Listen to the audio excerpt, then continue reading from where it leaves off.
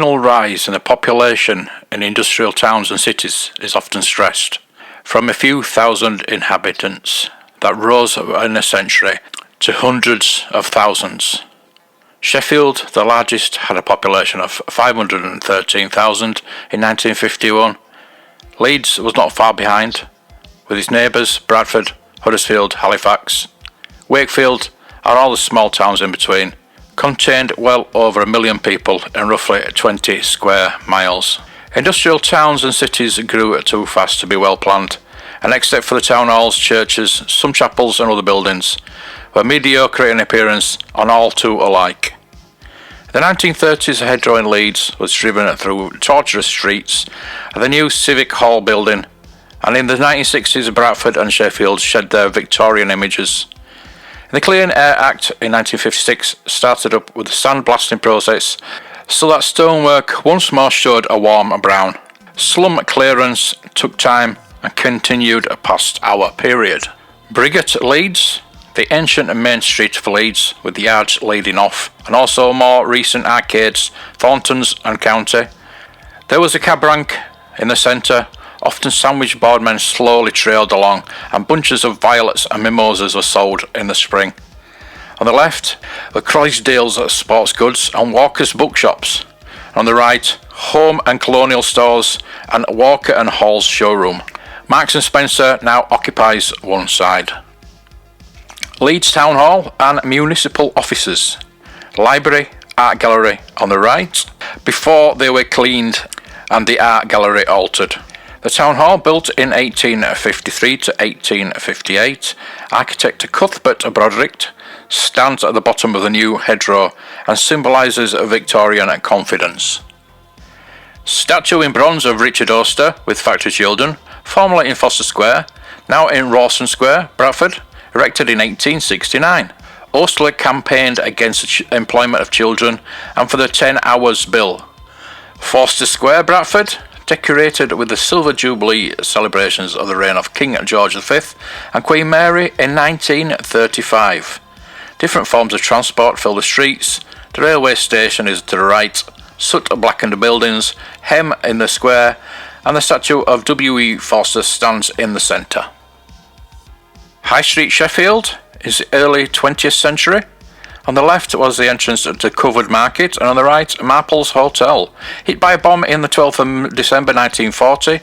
In 2 air raids on Sheffield that month, 700 people were killed. Walsh Drapers is next to it. Other well-known shops were Cole Brothers and Cockane's, all now taken over. The scene is totally changed. The Market Place in Hull, on the turn of the century. Kingston upon Hull has been a port since the 14th century, and its docks and streets with ancient buildings make it unique in Yorkshire. St Sampson Square Market, York, before it moved to a new site in 1950s. Monk Bar, York, the early 20th century, a Hampson cab goes under the arch. A corner in St Sampson Square Market in the early years of the 20th century. Minster Gates decorated with bunting for a royal visit in 1900. The shop on the right is a fruiterer's, adjoined by Lordman, an antique dealer. The Shambles, York, in its old guise with open-fronted butcher's shop. The Stray at Harrogate on the turn of the century. In the foreground, wagonettes are filled up with passengers, and Landau's wait on Prospect Hill. A walled garden, cleared in 1921, occupies the site of the War Memorial. The Royal Pump Room, Harrogate, built in 1842. From 7 a.m. to 9 a.m, people came to take the strong sulphur water, and the roads were cordoned off so that the drinkers could promenade and walk to the Crescent Gardens, where a small orchestra played. In 1926, 1,500 glasses of water a day were dispensed. The annex has gone and replaced by a glass building. The Turkish bath, the cooling room in the Royal Baths, Harrogate. The Royal Baths were built in 1897 at a cost of £120,000, and in about 1900 over 30 different bathing treatments were offered. The Turkish bath, it was said, in spite of all its rivals, remains the Prince of Baths and is still available. The staff of the Royal Baths are the steps leading from Parliament Street to the Winter Gardens. With so many different bathing treatments, a large staff was necessary to provide individual attention for each client.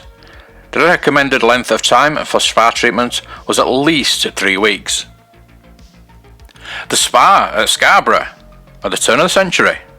The bandstand with almost Moorish architecture, erected in 1858 and replaced in 1912 by the present Sun Exclosure. The band playing may be that of Charles Godfrey Jr. or a military band. Sunday parade at Scarborough on the Esplanade at the turn of the century. Parasols protect delicate complexions from the sun. The Crown Hotel is on the left, and the domes of the Grand Hotel, a high Victorian gesture of assertion and confidence, glimpsed on the right. On the sands of the south side, Scarborough, at the turn of the century, a crowd watches the Perrault troupe, perhaps Catlins, and in the background are the several bathing machines, one in the sea, a barrel organ, and a booth selling the Neapolitan ices. On the top of the Castle Hill, on the left, is the Warwick Revolving Tower, a viewing point. Erected in 1898, it was removed as an eyesore 9 years later. The North Bay, Scarborough, in early 20th century, something was being prepared far away behind the curtaining of the grey foam, the black rolling waves, and something sudden and disastrous. Osbert Sitwell, and before the bombardment, German warships shelled the town on the 16th of December 1914.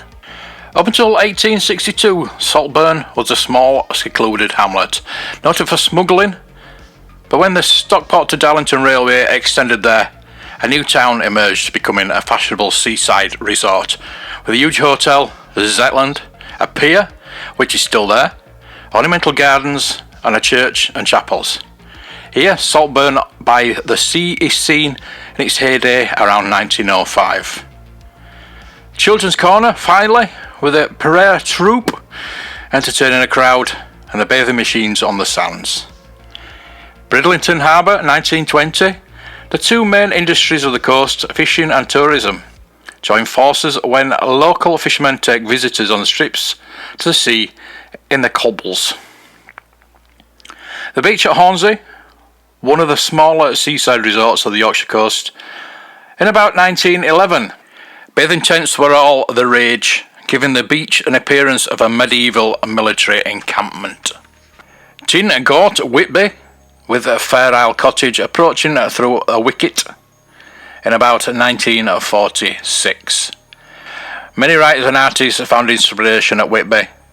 In its history, its red roofs and its picturesque corners, of which Tina Gort is one, its site is now a car park.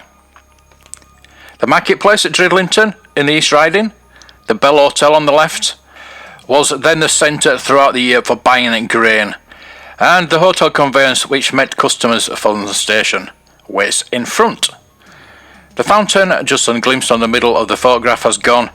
Agricultural implements, fruit, potatoes and other goods are on display for sale. Early 20th century. Helmsley Marketplace, early in the 20th century. The monument in Gothic style, sheltering a statue of the second Lord of Faversham, was erected in 1869 and it quite overshadows the restored medieval cross seen below on the church tower. How elegant and unobtrusive are the carts and traps compared with the motor cars. The marketplace at Pickering in the 1920s, the town, once in the forest of Pickering, was a castle dating from the 20th century, has had a market since 1201. It serves the people of the moorlands and the Vale of Pickering. A performing bear in front of the shambles and the marketplace at Settle. The two children on the left are the grandchildren of the photographer E.R. Weatherly of Redcar, on holiday at Clapham. The shops include Brown, tailor, draper, clothier, hatter and bootmaker, S. Hodgen cabinet maker and upholsterer, Rowlandson, tinner and brazier, Walthery, hairdresser and Hunt's cycle repair depot, 1903.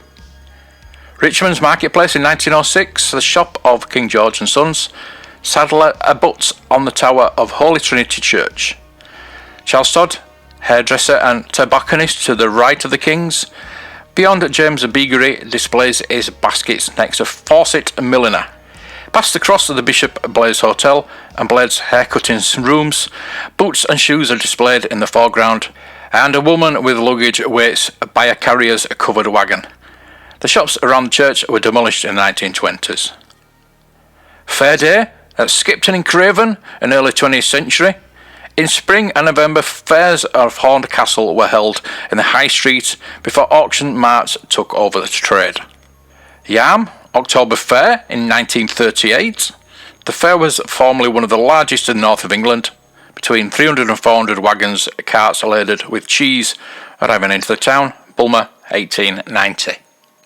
West Burton in Wensleydale, a village with an extensive green, where fairs were formerly held with horses, cattle and sheep, a 10th of March and 6th of May. It was a customary market with obelix is dated 1820. Askerid in Wensleydale, seen in the early years of the century, a street village and formerly a market town. The Old Hall on the left, built in 1678, was burnt down in 1935. The adjoining Manor House and King's Arms Hotel were built by John Pratt, racehorse owner, at his home in 1767. Coxwold, on the Howard Hills, the quintessential picturesque village, so many old houses including Shandy Hall, where Lawrence Sterne, a vicar of Coxwold, lived in 1760 to 68. The church, standing high above the street, completes the scene. The large wych elm has gone. 1910. Stainland, near Elland, a typical hilltop village in the West Ridings. It is a church, chapel, mechanics institute and a village school. Seen to the right, 1938. Lockton, on the edge of North York Moors in 1938. Smoke rising from its chimneys fills the air with the scent of burning peat. Robin Hood's Bay, seen from Brick Hills on the top of the bank in the early 19th century. It looks much the same today, except that the large shed, once a cart shed adjoining the stables from the horses used locally, and the two horses on the cliff edge have gone. The drying ground was allocated to the householders paying £1 a year, and clothes or sheets were sometimes used to signal messages to husbands passing by on ships. 1910. Pond at the walled village of Fridaythorpe, 1938. Many ponds have been drained and gone without a trace. They were used for watering stock, and after work the horses were walked around in the water to wash their legs. Newton upon Rawcliffe, near Pickering, in the 1930s. The village then had two large ponds, and this one has now gone. The other one can be just glimpsed farther up in the green.